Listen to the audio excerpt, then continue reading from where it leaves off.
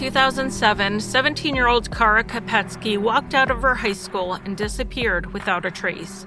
9 years later, in 2016, 21-year-old Jessica Runions left a party and she was never seen again. The two young women were trying to break off romantic relationships at the time, and both with the same man. But would there be enough to convict him? I am Charlie, and welcome to Crime Lines.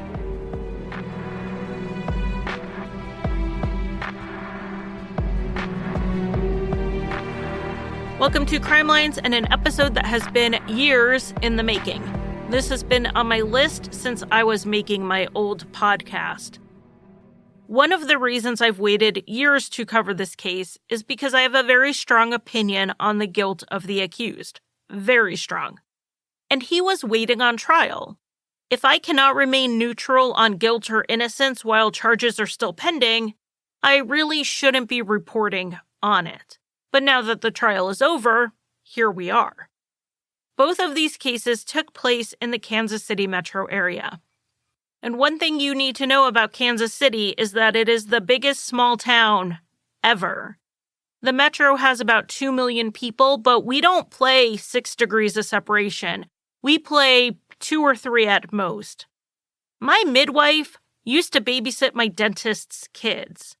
My oldest and I went to go get our COVID vaccines, and my other son's best friend's mom was working the clinic. That's just how things work here. So when a big case happens, the residents of the metro don't just feel affected by geography, but it's because we know the family or we know someone who knows them. It is very hard to find anyone completely disconnected from a case like this in Kansas City. And a jury had to come in from clear across the state because of it. This episode is on the deaths of Kara Kopetsky and Jessica Runions and the trial of Kara Joost. So let's start with Kara. Kara was born in Germany while her father was stationed there. After her parents split up, she grew up in Belton with her mother and stepfather as well as her father and stepmother. Kara was a child who had plenty of parents to love her, and she had a little brother who she adored. Kara was a carefree teenager. She was very independent, and she did things her own way. In high school, this did get her into a little bit of trouble. She would skip classes at Belton High School, but in the spring of her junior year, she realized she needed to get more serious if she was going to graduate on time. She wanted to continue her education in radiology after high school, so she signed herself up for summer school classes, the ones she would need to get back on track with her credit hours. At this time, Kara was also dating Kara Joost. They started seeing each other in the fall of 2006, and he was about 2 years older than her. Their relationship would be on and off, and Kara's parents knew the relationship was at least toxic. But they also knew forbidding their strong-willed 17-year-old from seeing her boyfriend wouldn't likely work out the way they hoped. So instead, they would encourage her to stay away from him, empower her, and just really hope she started seeing Kara for who he was. In April 2007, Kara and Kara were in the process of breaking up, a decision that was Kara's alone. Kara did not want them to split. Kara worked at a local Popeye's chicken restaurant, which is a fast food place, and she had plans to see friends after her shift one night in late April. While she was working, Kara showed up with flowers, and he asked if they could hang out after work and talk about their relationship. She said no, she already had plans. Kara left, though he texted her a few times while she was working. Then a few hours later, while Kara was standing outside waiting on her ride to pick her up, Kara showed up in his truck. He asked Kara to change her plans and hang out with him instead, and Kara again said no. That's when Kara grabbed her by the arm and pulled her into his truck. Then he drove off. Kara wanted out of the vehicle, but Kara drove around for about 15 minutes, trying to get her to talk about their relationship and their future. Eventually, he just pulled over in a parking lot of a pizza place and let Kara out. From the parking lot, she called the police and she called her stepfather. The responding officer said Kara was upset, but that she was also reluctant to talk much. She had to coax the story out of her. Kyler was brought in, and he did admit to what happened. He said that after they drove for a bit, he realized what he had done, and that's when he dropped Kara back off. He was held for 24 hours and then released with a citation. Kara's mother, Rhonda, saw cigarette burns on Kara, though Kara did not report abuse to the responding officer. It was the weekend, so Kara and Rhonda had to wait until Monday to go file for a restraining order. In her application, Kara wrote that Kyler, quote, kidnapped, restrained, choked me. 1 month ago, choked me. December of 2006, had a knife in hand and said, I'm going to slit your mother effing throat. March 2007, wouldn't let me out of my home. Kara also wrote that, quote, an immediate and present danger of abuse to the child exists because I'm unsure what he will do next because the abuse has gotten worse over time. Rhonda, realizing that this toxic and unstable relationship was seriously physically abusive, told Kara she needed to cut off contact with Kyler at this point. No more phone calls, no more texts. But we know from the records that that's not what happened. Kara did stay in contact with Kyler. On May 4th, 2007, 4 days after the restraining order was issued, Rhonda dropped Kara off at school. But she soon turned around when Kara called her to say she forgot a textbook and her work uniform at home. Rhonda dropped those things off at the school and then went to work. Phone records confirm that Kara called her mom at 7:27 in the morning. At 9:19 a.m., Kara was seen on a security camera leaving the high school. It wasn't unusual, like I said, for Kara to skip class occasionally, but none of her friends went with her, and none of her friends knew where she was going, which was unusual. She skipped school largely to socialize with friends. This was the last verified sighting of Kara alive. When Rhonda got home from work that evening, Kara's stepfather, Jim, said that Kara had not come home from school. Rhonda then tried to call her, but she couldn't reach her. Then she started calling friends, and no one had seen Kara since that morning. Rhonda even called Kyler to see if he knew where she was. Eventually, Kyler called back, and Jim, Kara's stepfather, asked him, "What did you do to Kara?" But Kyler said he had not seen her that day. And now we're going to hit a controversial part of this case, the missing persons report. What the Belton police said happened is not what the family has said. Let's start with the first missing persons report, which did not come from the family. A friend of Kara's named Amy went to the police around 5:15 in the evening, saying she hadn't seen Kara all day and no one could get in touch with her. It appears that it was written down that Kara had not been seen in 2 days, which was not true. According to Amy, she told the police she was concerned because she knew Kyler had previously abused Kara. She had herself seen fat lips and bruises. She also knew Kyler had kidnapped Kara about a week before. However, the part about Amy having seen signs of abuse was not put into the report, and Amy insists she said this. Amy said that she and Kara's friends drove around looking for her, they called her, they texted her, and no one could get in touch with her. A police officer from Belton took the missing persons report and, according to him, called Rhonda. And according to what he wrote down, Rhonda told him about the restraining order, but said that Kara was with Kyler and she was okay. That is not what Rhonda said happened. It was also written down that Rhonda hadn't seen Kara since May 2nd, which is provably false, since she dropped Kara off at school on the 4th. She even went back to bring her some things. The police say they wrote down what was told to them, but it doesn't make sense that Rhonda would have given them the wrong information. It just doesn't. But 2 days after Kara was reported missing, the Belton police did reach Kyler, first on the phone, and then he came in for an interview.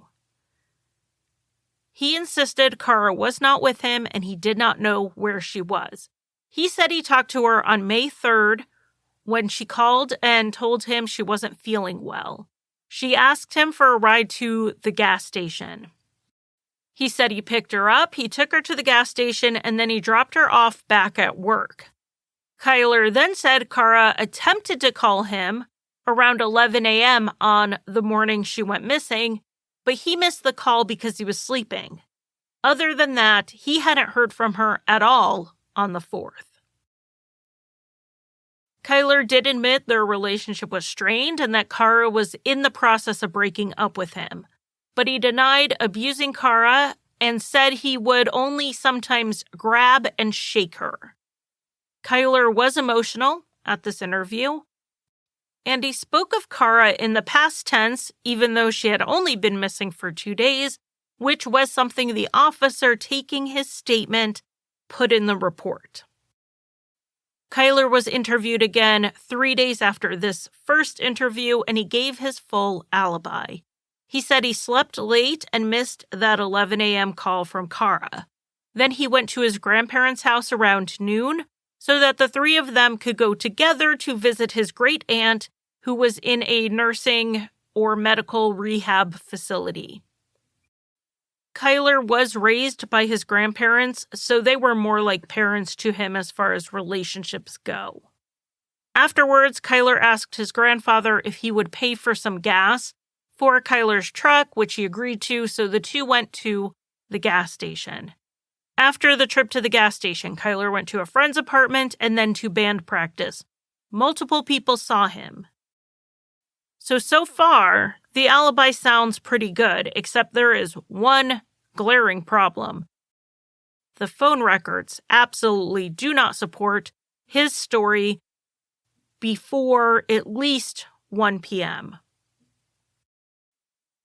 Kyler insisted he was sleeping in, yet at 8 a.m., Kyler texted Kara, apparently in his sleep if he is to be believed.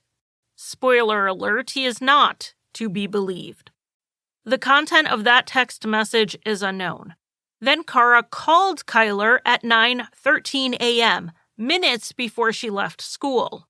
Kyler then called her at 9:20, a minute after she walked out the door. The calls were 2 minutes long and 16 seconds long, and they were billed calls, meaning they were answered. There was no missed 11 a.m. call at all. As for Kyler's alibi of being with his grandparents, Kyler called his grandfather at 1:06 p.m., so it makes it very unlikely he was there at noon and at the nursing home visiting his great aunt. Because why would he call his grandfather if he was standing next to him? So this is shifting the timeline out to more like 1:30 that Kyler met up with his grandparents, which gives him no real alibi for 4 hours after Kara walked out of the school. At around 4:30 p.m., Kyler had an incoming call from his grandfather, so we know by that point they weren't together again. And that's if they were together at all. Kyler's grandfather said they were, but no one verified it past that. The Belton police did not question Kyler's grandmother or his great aunt. They didn't go to the rehab center to find out when Kyler and his grandparents were there. They didn't check the sign-in, sign-out records. They didn't check the security cameras. They didn't even call and ask to see if any witnesses saw Kyler there. They took Kyler and his grandfather at their word. And now I'm not saying Kyler's grandfather lied for him. I'm just saying the police didn't check to see if he did. Kyler called a few other people and received calls, but he didn't try to call Kara that night, even after he had received calls from friends and even Kara's family looking for her. And in spite of him being in pretty constant contact with her in the days leading up to her disappearance, suddenly he has no interest in calling her. We do have confirmation that Kara was still alive at 10:25 a.m. when she called a friend named Kyle, and she spoke with him. He verified it was Kara who called and not someone else using her phone.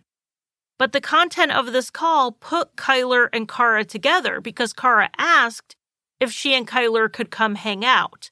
Kyle had a job interview, so he said he couldn't. Then around 1 p.m., according to Kyle, Kyler showed up at his apartment, but Kara wasn't with him. So from when Kara walked out the door of her school until about 4 hours later, Kyler has no alibi. That's the bottom line. I could have just said that. A text was sent from Kara's phone to an unknown number at 1 p.m. that day. It did ping off a tower in Belton, but there is absolutely no way to confirm who sent this text. But it did lead to pretty extensive searches in the area near that ping, but nothing was found. Then, less than a month later, another young woman went missing.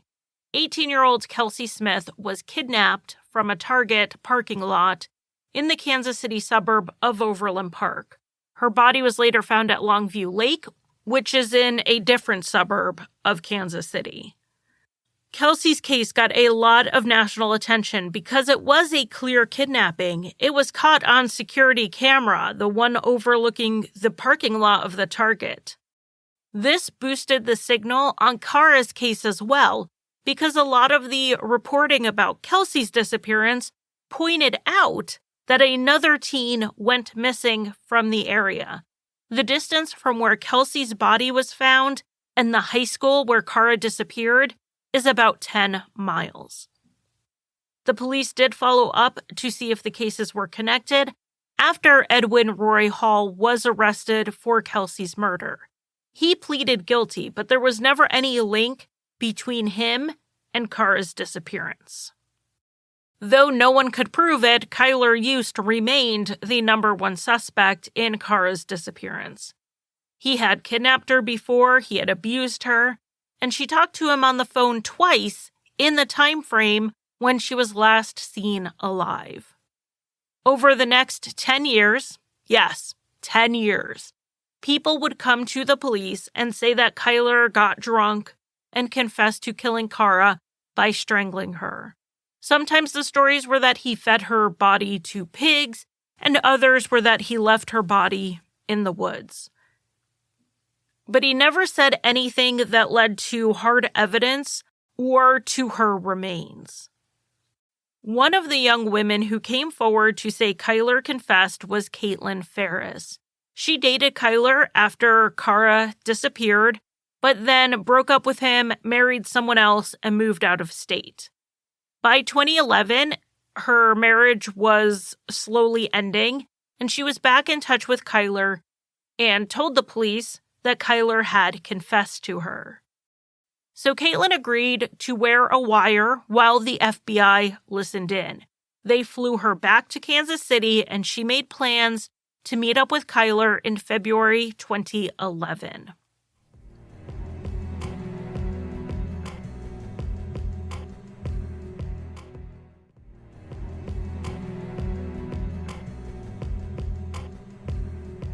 On this evening, they were together for 6 hours, and not all of this recording was terribly interesting. There is quite a bit of Kyler saying that he regretted their relationship ending and talking about getting back together since her marriage was ending. The main thing they did that relates to Kara's disappearance was they made a Ouija-style board to try to communicate with Kara. It was Caitlin's idea to do this, and this is how she got him talking about Kara. She thought she was going to get Kyler to take her to where Kara's body was to do this seance but instead he took her to the woods near a family member's home. Kyler did confess to killing Kara on this recording. He said he strangled her, and at another point he said something about how it turned Caitlin on that he killed a girl, and then it sounded like he kissed Caitlin. The wiretap confession should have been enough for an arrest, except it really wasn't. According to Kyler's explanation, he didn't confess because he did it. He confessed because Caitlin told him she thought it was hot that he killed someone. He was basically trying to have sex with her, so he was playing into this fantasy. He had text messages between them that essentially showed this. In the year after the wiretap, Kyler Yost was arrested 3 times, and none of them were for murder. Kyler was arrested for abusing his pregnant girlfriend. He was arrested for animal cruelty towards a cat, and he was arrested for receiving drugs through the mail with intent to distribute. In the attack on his girlfriend, she was in the process of leaving him. Kyler told her he killed other girlfriends and he would get rid of her body where no one would find it.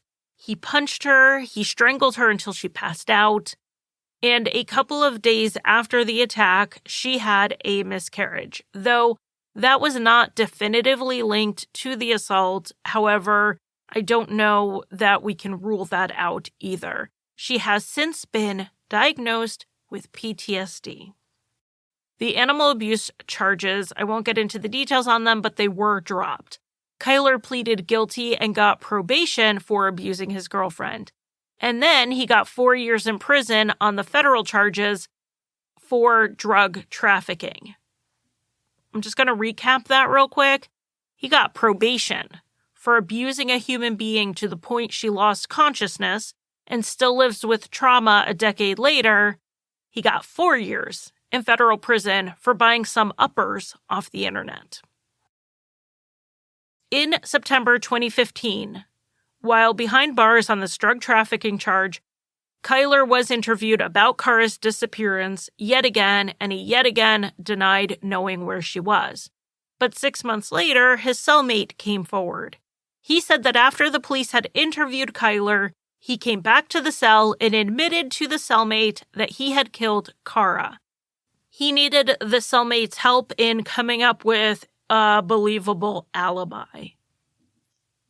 But honestly, if getting Kyler to confess on a wiretap and to a number of other friends didn't do the trick, certainly a jailhouse snitch wasn't going to move the needle on this case. Eventually, Kyler was released in 2016, and he came back to the Kansas City area, moving in with his grandfather. By this point, his grandmother had passed away. Kyler had a friend named Jackson who was living with 21-year-old Jessica Runions.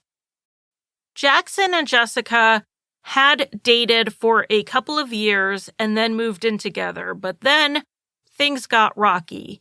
They stayed living together, but they were sleeping apart as they tried to figure out exactly where their relationship was going. Though Jessica wasn't living at home anymore, she was very, very close with her family and saw them all the time. She grew up with this huge extended family. She had a wonderful childhood. She loved her 2 little sisters. Both of them were several years younger than her. And with that age difference, she sometimes acted like a second mom to them. She would help them out with things. She went to their school activities. She even baked their birthday cakes. And baking was something Jessica loved. She worked as a baker at a luxury retirement community near her home in Raymore, Missouri. And Raymore is right next to Belton, where Kara grew up. Jessica and Kyler Yost formed some sort of relationship, but it was never serious on her end of things. She had sent Kyler some emails over the summer of 2016 saying that she couldn't give him the relationship he wanted. And she encouraged him to mend fences with Jackson. Their friendship, as you can imagine, ended when Kyler was sort of dating Jessica while Jackson was still kind of hoping they'd reconcile. and Jessica was encouraging the two of them to figure things out. On September 8th, 2016, Jessica was invited over to her friend Alan's house. The plan was to hang out with him, another friend, and maybe one other person. Kyler knew Alan as well, but he was not invited. This night at Alan's house was often reported as a party, but it was really just supposed to be a few friends hanging out.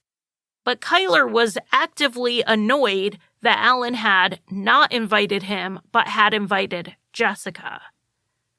Kyler ended up going to Alan's house that night, even though he wasn't invited, and he went with Jessica.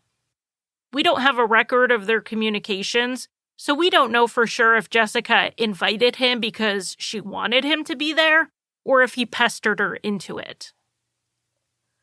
Jessica had just had an appendectomy and hadn't even been cleared to go back to work just yet, so it's not like she was looking for a wild night out. When they showed up at Alan's with Jessica driving, Kyler was already drunk. He was very clingy with Jessica and in a bad mood. From what we've heard from two witnesses, it sounded like he was just looking for reasons to be angry. He got mad at one point because he said Jessica deleted pictures of the two of them off of her social media. Then he was angry because he thought Jessica wanted to get together with Jackson again. Then he got mad because he didn't like the music they were playing. Then he somehow got himself locked out of the house, which appears to have been on accident, and he was angry about that. And he was already hostile towards Alan for not inviting him over in the first place. Kyler eventually grew loud and aggressive enough that just before midnight, Alan said he had to go. Since Jessica drove him there, that meant she left as well. Her plan was to drive Kyler back to his grandfather's house and then go home. Alan told her to text when she got home so he knew she was safe, and he never heard from her. When Jessica pulled away from Alan's house, that was the last time she was seen alive. The next day, September 9th, Jessica's mother, Jamie, was waiting on her to come back to the house. Jessica had a follow-up visit with her doctor that day. Even though she was an adult, she and Jamie were close, and she wanted her mom to go with her. Jamie knew Jessica had not just forgotten the appointment. They had talked about it multiple times, including just the day before. This was the appointment where the doctor would clear her to go back to work after her surgery, so it was really important to her. When she didn't show up, Jamie was worried something had happened, but like a typical person, she was worried about a car accident, not anything sinister. Jamie called Jackson, who told her that Jessica had not come home the night before. She had texted him at some point around 10 p.m., saying that she was going to be out late at a friend's house. When she didn't come home, he just assumed she spent the night. Maybe she had too much to drink. But when Jamie told him that she missed the doctor's appointment, he was also worried. Jackson told Jamie to Google Kyler Yost, because that's who Jessica was seeing at the time. When Jamie did, her heart sank, because the first results were about Kara Kopetsky's disappearance. Jamie posted Kyler and Alan's pictures on social media saying she needed to talk to them because they might know where Jessica was. Then she called Jessica's dad and asked him to meet her and Jackson to report Jessica missing to the Kansas City police. And when they reported her missing, they made sure to note that Jessica was involved with Kyler Yost. Jamie then did something else. She reached out to Rhonda Beckford, Kara's mother. Kara's family quickly became a guide and a support for the Runions family as they started to navigate having a missing child. The two families have become very close over the years. On September 10th, hours after Jessica was reported missing, her SUV was found on fire around 1:40 in the morning. It was found in Kansas City, Missouri. It was actually just a mile or two from the police station where they had filed the report. A search of the car did not find any signs of human remains. Meanwhile, near Windsor, Missouri, which is over an hour away, a county sheriff pulled over a 30-year-old man named Jessup Carter. In the car with him was his girlfriend at the time, and later his wife, Crystal, and his younger half-brother, Kyler Yost. There had been no warrants issued for Kyler at that point related to either Kara or Jessica's disappearances. There was no be on the lookout, nothing. So they were given a ticket and they went on their way. Later that day, however, Jessup called the police and told them he knew where Kyler was and that Kyler had killed Jessica Runions. Jessup said that Kyler called their mother trying to get in touch with him. When he called Kyler back, Kyler asked if he could come to Kansas City right away. He needed Jessup to help with something. Jessup and Kyler were not close growing up. They had the same mother, but different fathers, and the grandparents who raised Kyler were his father's parents. Kyler's mother was sporadic in her visits with him when he was a child, so he and Jessup didn't really grow up together. But they did connect as teenagers and adults, and I just get the sense here that Jessup wanted to be a good big brother to Kyler, because who drops everything and drives 2 hours on a vague plea for help? But that's exactly what Jessup did. He and Crystal left their children with Jessup and Kyler's mother and drove to Kansas City. According to Crystal, she sat at Kyler's grandfather's house while Kyler and Jessup left. When they came back, all three of them got into Jessup's vehicle and started driving back to where they lived, which is a good hour and a half, 2 hours from Kansas City. According to Jessup, during the time Crystal was at Kyler's grandfather's house, he and Kyler had taken Jessica Runions' SUV and lit it on fire, but they didn't tell Crystal about this at the time. At one point on their journey back to where Jessup lived, which was in the Lake of the Ozarks area, Crystal was alone in the car with Kyler when his phone rang. Kyler answered it and said, "You haven't seen her? You should probably file a missing persons report." Kyler later confirmed this call was from a friend who was looking for Jessica, but Crystal, who had been with Jessup for years at this point and knew Kyler was a suspect in Kara's disappearance, started wondering what was going on, and she was starting to get very suspicious. On the way from Kansas City to the Lake of the Ozarks, Jessup stopped the car twice. Once was at his uncle's house to burn things in a burn barrel. The other stop was when the police stopped them.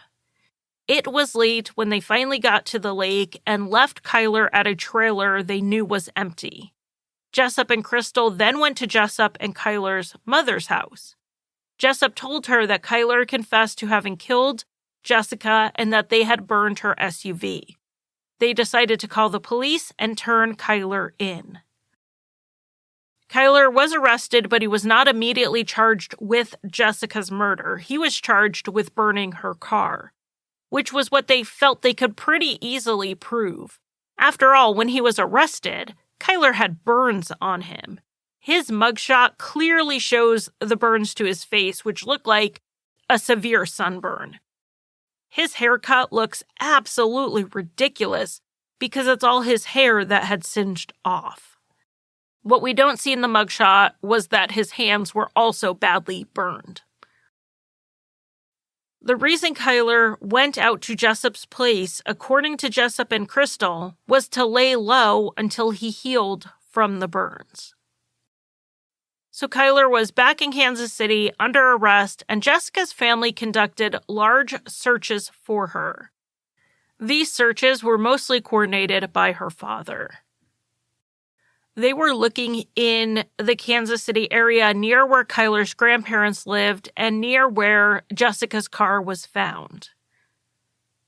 The searchers actually found, over the course of a few weeks, 2 different dead bodies, neither of which were Jessica. Kyler made his first court appearance about 3 weeks after Jessica went missing. Emotions were high. Jessica's father, John, had to be restrained when Kyler was brought in. They had to get Kyler out of the courtroom while the family had to leave, and then Kyler was brought back in to face the judge. Kara Kopetsky's family was attending all these court dates with Jessica's family, trying to support them through it. To the media, Kara's mother said, "I'm hoping that we'll find Jessica. I'm hoping that maybe it will lead to finding Kara." And that is exactly what happened. 7 months after Jessica went missing, in April 2017, a mushroom hunter was walking through a wooded area on private property in the hopes of finding some mushrooms. He found a skull instead. The next day, on April 4th, a search of the area, which was south of Belton, found a second skull. Jessica's body, being just 7 months after her disappearance, was identified quickly through dental records, but the other remains had to be sent to Quantico for the FBI to identify. In August 2017, it came back that these were the remains of Kara Kopetsky. Jessica being found had done exactly what Rhonda Beckford had hoped. It led to Kara being found.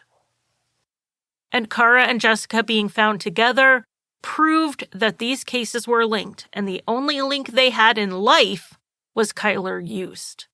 At this point, Kyler was charged with 2 counts of murder and 2 counts of abandonment of a corpse. A lot of the evidence against Kyler at this point was the various confessions. In the end, it would be 6 or 7 people who said Kyler told them he killed Kara. But there was not the forensic evidence, the slam dunk evidence that the police hoped they would find that would tie him to the victims. This case was going to be circumstantial.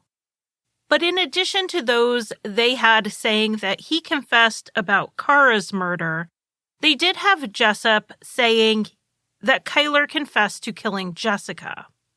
They also had a sort of confession recorded from a jailhouse phone call. Before Jessica and Kara's remains were found, Kyler and his mother, Janine, were on the phone, and they soon began arguing. It is not uncommon at all to hear calls like this from jailhouse phone lines.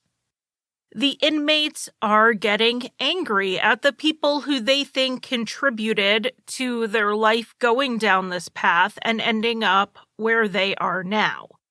There isn't a lot to do in lockup except sit there and think and reflect. So I'm definitely not surprised that Kyler started blaming his mother for how his life had turned out. The argument seems to kick up because Kyler asked his mom to get him a book, and she said she would do it, but she had to wait until she got her next paycheck, and that wasn't good enough for Kyler. It's like he took it as one more time that she was denying him something or letting him down. He started going in on her about how she was never around when he was younger and how that impacted him. He said he would pack his backpack and sit by the window waiting for her to show up to pick him up for a visit, and she would just not be there. Janine clearly thought that Kyler had killed Jessica because she said things like, "Killing a girl has nothing to do with your mom," and "Tell me where Jessica is so I can tell her family." At one point, when Kyler accused Janine of neglect, she said, "So that's why you killed a girl." And he said that was part of it. She hung up on him and he called her back. Kyler had been in prison before. He served a few years on those federal drug charges. He had to have known that call was recorded.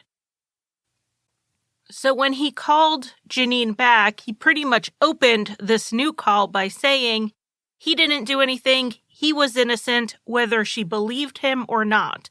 So he pretty much immediately retracted this sort of confession. Janine didn't believe him. She asked Kyler again where Jessica was, accused him of dragging Jessica into the woods somewhere, and then she hung up on him again.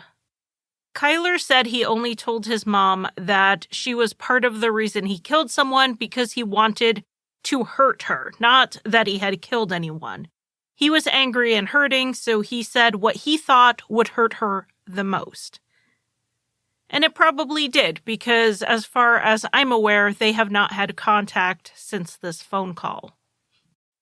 4 years would go by from the time the bodies were found until the trial finally happened, and the delays were for a number of reasons. One was that Kyler's attorneys were 2 public defenders and 1 private attorney working pro bono. Missouri, like a lot of states, like probably every state, struggles to keep up with the need for public defenders. It was hard to find time for his attorneys to have an opening to work on a major murder case. Another issue was discovery. The state has to turn everything over to the defense, and there were accusations of evidence being withheld, not turned over in a timely manner, and it seems even some confusion over evidence that may have been lost or actually just never existed. There was quite a bit of back and forth over this. Another issue that came up was that Kyler and his attorneys claimed he was incompetent to stand trial. Pretty much as soon as the competency issue was resolved, COVID happened, and that delayed everything yet again. And something very big happened during all of these delays. Kyler's brother Jessup, the one who turned him in, started spiraling downward. He had been sober for years and he started using drugs again. His wife Crystal and their children ended up moving out due to his behavior.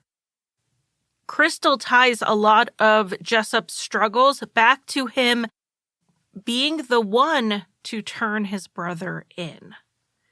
In July 2018, Jessup was arrested for arson. He was at his uncle's house when the home went up in flames. When the firefighters arrived, Jessup tried to stop them from fighting it, saying, "This is my domain, I started the fire, and you have no authority here."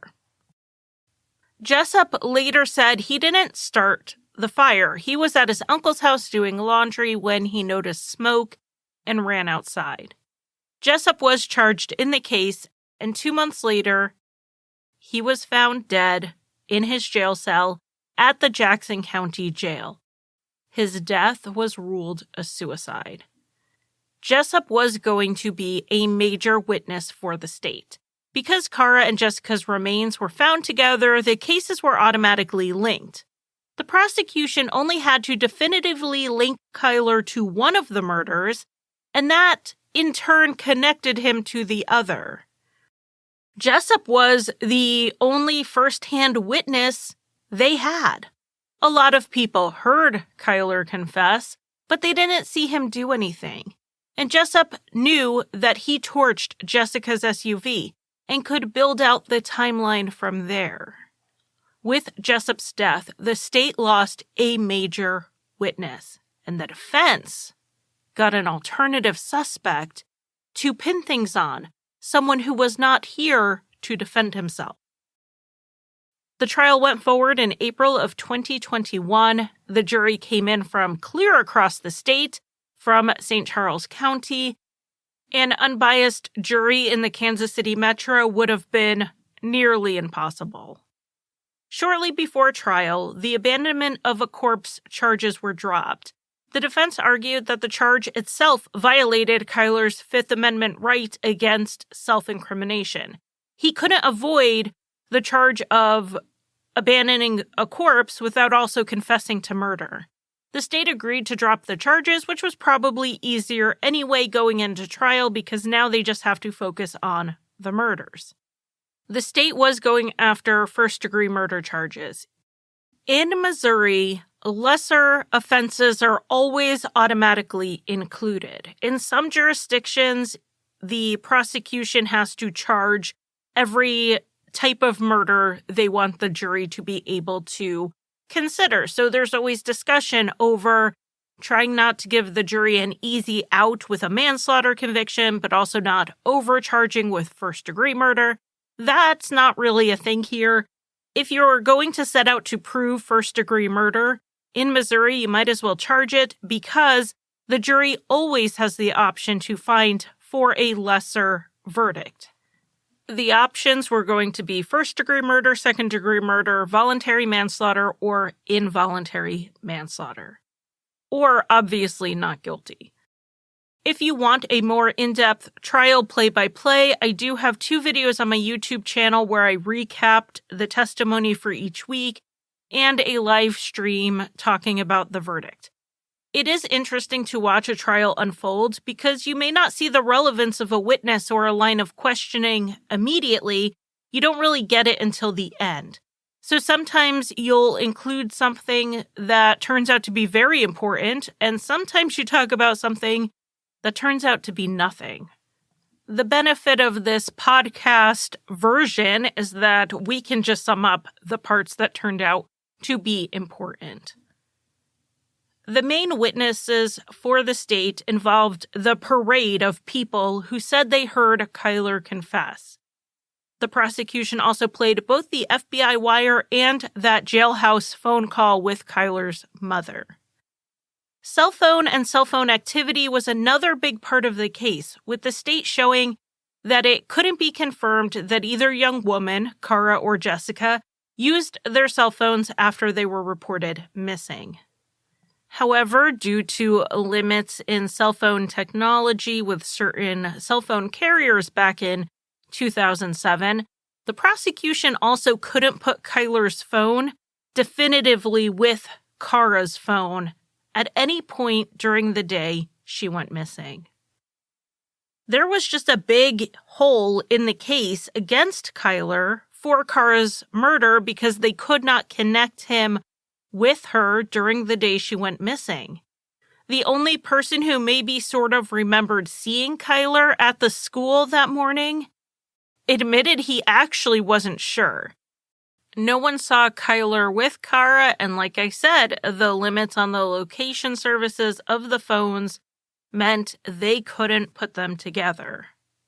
And of course, the Belton police hadn't investigated Kyler's alibi in depth, so there was no concrete backup for Kyler lying, except for the phone records, which only poked holes in a few hours of the day. The defense, as you can imagine, jumped on the issues with the investigation, and it was a fair criticism. It was one Kara's family has leveled against the Belton police this entire time. Their lack of follow-up, just in verifying Kyler's alibi, was a big black mark on the investigation. But if the state could link Kyler to Jessica, rather than focusing on linking Kyler to Kara, the jury could then easily make the leap to Kara since, again, the bodies were found together. Jessica's case bolstered Kara's. Now, the defense did try to get some alternative suspects in, not just Jessup Carter. But not all third-party culprits are allowed to be presented at trial. There has to be a reasonable link. The defense can't just overrun the jury with the names of everyone Kara and Jessica knew. They have to prove to the judge that it would be reasonable to suspect these other people. This process is often done before the trial. The judge will have a hearing. They will listen to this evidence against the other suspects and decide what the jury's going to hear. In this case, however, the judge decided to do this process during the trial. So there were several hours of the defense case that the jury was not even in the room for. One of the alternative suspects was a man named Billy. His name had come up in the investigation as someone who claimed he knew what happened to Kara Kopetsky. The story was that he was at a party where Kara OD'd, and they all panicked and hid her body. So the defense had Billy come in to testify in front of the judge, not the jury, about this tip, and Billy said he never said that. The defense had one of the tipsters testify, but Billy said he didn't even know that person. The defense couldn't show that Billy knew Kara, knew the tipster, or had even been at a party with Kara. So the evidence, quote-unquote evidence, against Billy was excluded, and the jury never even heard about him. The second alternative suspect, the one that everybody was listening for, was Jessup Carter, Kyler's late brother. When Jessup took his life in jail, a coded letter was found in his cell. Prisoners often code letters to keep the guards from knowing what they're writing about, so it's not completely clear if this note was a generic one or if it was a suicide note. The defense had a psychotherapist named Lisa Taylor Austin testify about this note, and again, this happened outside the ears of the jury. Taylor Austin specializes in gang activity, which includes these secret codes used in prison to communicate. She did not have access to the items from Jessup's cell because they were disposed of, but they were photographed, and so she could go off the photos. She said the coded note had no signs of being folded up, which meant it wasn't passed around. So this was likely written by Jessup. She said the code was just a basic number-letter exchange code. But she didn't have access to the keys since the actual items in the cell were not saved. For instance, Jessup's Bible was photographed with bookmarks in it, but if you don't know which page that bookmark is on, that might have had the code, and then that evidence is gone. But Taylor Austin was pretty confident she had largely figured out the code by running it through a computer program. The problem was that there wasn't just one possible combination for this code to be correct. The most notable instance in the note is a spot where it might say kill, K-I-L-L. It also could possibly say tell, T-E-L-L, two very different words with very different meanings. Taylor Austin said she also saw words she believed meant rape, woods, and died. But there just wasn't enough there to really read off a clear confession or anything else. The judge ruled this testimony was not going to be allowed in. It just wasn't definitive enough to say that Jessup was confessing to a crime here or that it had anything to do with Kara or Jessica. They couldn't even definitively say it was Jessup's handwriting. Another witness the defense brought in that the jury did hear from was an expert in police investigations. He pointed out the flaws in how the cases were handled, particularly Kara's. He pointed out that the witnesses, who all separately heard Kyler's confessions, actually mostly knew each other. The confessions also got media time. The reason the confessions may be similar is because they're true or because everyone had been hearing the same source material. The expert also said the investigation was suspect-driven rather than evidence-driven, and that no one was really looking for any other reasonable angle other than Kyler used. But then on cross-examination, the expert did agree there was reason for Kyler to be a prime suspect. It's not like there were any glaring spots where the evidence pointed away from Kyler, anything where he should have been ruled out. He still should have been a suspect. The expert was just saying the investigation was not conducted properly. The defense also had a witness who claimed to have heard from Kara after the state believed she was already dead, but her phone records don't back this up. she would have had a second phone to be the one making this phone call, and there is no evidence of that. Another witness was someone who went to the police early on who believed she saw Kara on the day she went missing. She lived near the high school and said she saw Kara walk past her house. She was upset and she was talking on her cell phone. After Kara was out of sight, this woman saw a car of teen boys drive past her in the direction Kara had walked. Then she heard a scream. She didn't think too much about it until she saw a news report about Kara's disappearance, connected the incidents, and called the police. The state pointed out that the woman didn't actually know Kara, so she couldn't say for sure it was her. She was also trying to get her young children into the car at the time this all happened. So how much attention was she really paying to the young woman walking by her house? How much of a good look did she get of her to then recognize her picture on the news later? But the witness was pretty sure that this is what she saw. But then the defense ended up contradicting her testimony. Yes, they contradicted their own witness when they put Kyler on the stand. I said in my live stream at the end of week 1 of the trial that I did not think Kyler would take the stand, and I was 100% wrong. I will say that I still think if the judge let in more of the defense's Jessup did it evidence, the defense may not have put him on the stand. They did call a witness who said she saw Kara walking away from the school and then put Kyler on the stand, who will then testify that that didn't happen. So they contradicted their own witness, and my only thought on this is that they were still hoping not to have to put Kyler on the stand.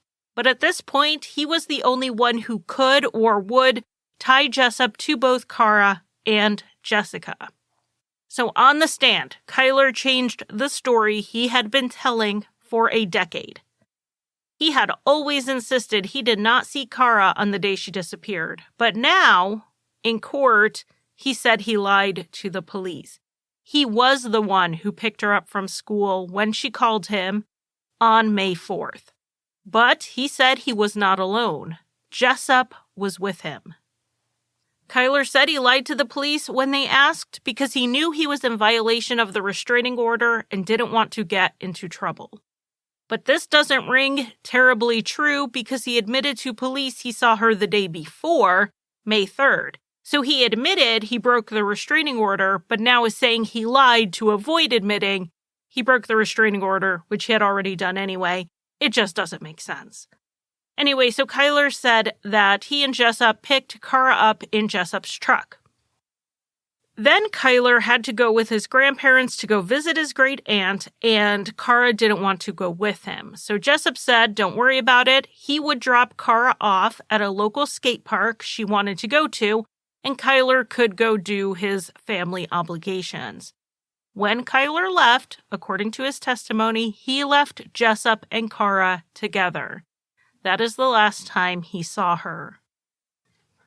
Kyler then downplayed, dismissed, and explained away all of the evidence against him. The earlier kidnapping of Kara was being exaggerated. He just led her by the arm into the truck. It's not like he dragged her. And she was only in the car for 15 minutes. He denied the details on the restraining order, saying that he had threatened and abused her. All of the people who saw bruises on Kara must have been lying. Kyler also explained away the confessions. He said he said things to shock people, and his confession on the wire was because Caitlin told him she thought it was hot that he killed a girl. He just wanted to have sex with her, so he's playing into it. Kyler then testified about his relationship with Jessica. He said he thought she was playing both him and her boyfriend Jackson. He didn't really know where he stood in the relationship. Kyler said Jessica took him to the hangout the night she went missing and then drove him home to his grandfather's. He said that he was very drunk, and Jessica was trying to get him into the house and into bed. He said that while they were outside and she was trying to get him inside, he saw Jessup's vehicle drive up. He didn't really remember much past that. Kyler said he went to bed, and the next morning he saw Jessica's SUV outside his house. He looked for her inside, assuming she had spent the night, but she wasn't there. He texted her and then went to work. When he got back from work, Jessica's vehicle was gone. Kyler was completely unaware anything had happened, according to this testimony. He said he called Jessup to come pick him up because he wanted to spend his birthday out by Jessup's house. It had nothing to do with burning the car or trying to recover from these burn injuries. He didn't have much of an explanation as to why or how Jessup was 2 hours away from his wife and children, just so happened to pull up at Kyler's grandfather's house that night, and then just so happened to go all the way back to later come back and pick Kyler up the next day. As for the burns, Kyler admitted that he got burned, but it was not from Jessica's vehicle. It was from when he and Jessup stopped at Jessup's uncle's house and they burned things in a barrel that night. So basically, Jessup was the last person seen with both women, and the only proof of it is Kyler's honest word. On cross-examination, Kyler continued to downplay pretty much every other part of his life. The other girlfriends who testified about violence and his convictions for the violence were exaggerating. Even his federal drug trafficking case was just a matter of him buying drugs off the internet. He just didn't know what a big deal that was. The state asked Kyler about his changing story.